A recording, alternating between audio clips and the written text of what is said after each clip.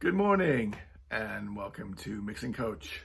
So today's question comes from my good friend Mikey. Now Mikey is one of these annoying people who is multi-talented, can play guitar, can play electric guitar, can play bass, plays upright bass, and even plays cello, which is what his question is about. So the question is basically, how do I record better cello at home? Now, normally cello would be in some kind of orchestral environment, but that's not what we're doing here. Mikey kind of does pop and rock, and he's recording at home. So we kind of know we're gonna have to take a different approach. Now, what you wanna do is you wanna take your best condenser mic, and ideally one with switchable polar patterns, like this one. Now, what you wanna look for is the circle, which means omni, which basically means that the microphone will record all the way around the microphone. So that way, we'll get direct sound from the cello and a little bit of the room as well. Now, most people's home situations are not ideal, so we're gonna get in fairly close. And I would suggest you put the mic maybe about half a meter or about 15, 16 inches, whatever that is, in imperial, back from the bridge. So that's kind of low down.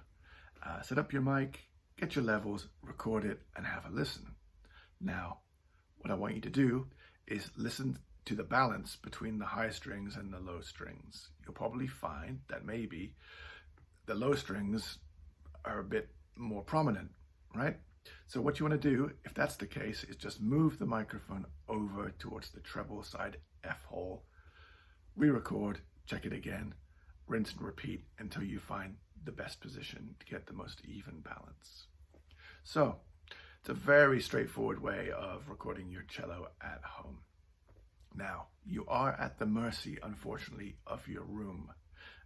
What we'd like to do, if we could, is get a little further away, but most domestic rooms, because they're small and cellos are quite powerful, you might find that there's some unpleasant resonance. So just use your best judgment.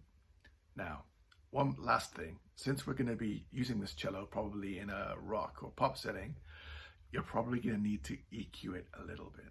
So just maybe consider gently rolling off some of the low end, not all of it, because half of the beauty of the cello is its fullness.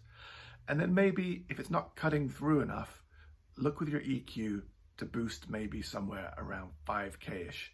And that's where the kind of bite comes in from the bow. And that will give it a fighting chance to cut through your mix, compete with guitars, vocals, all of that kind of stuff. So there we go. Once you get it in your mix, feel free to play around with reverb, figure out what kind of space is appropriate or not. It depends on the track. There we have it.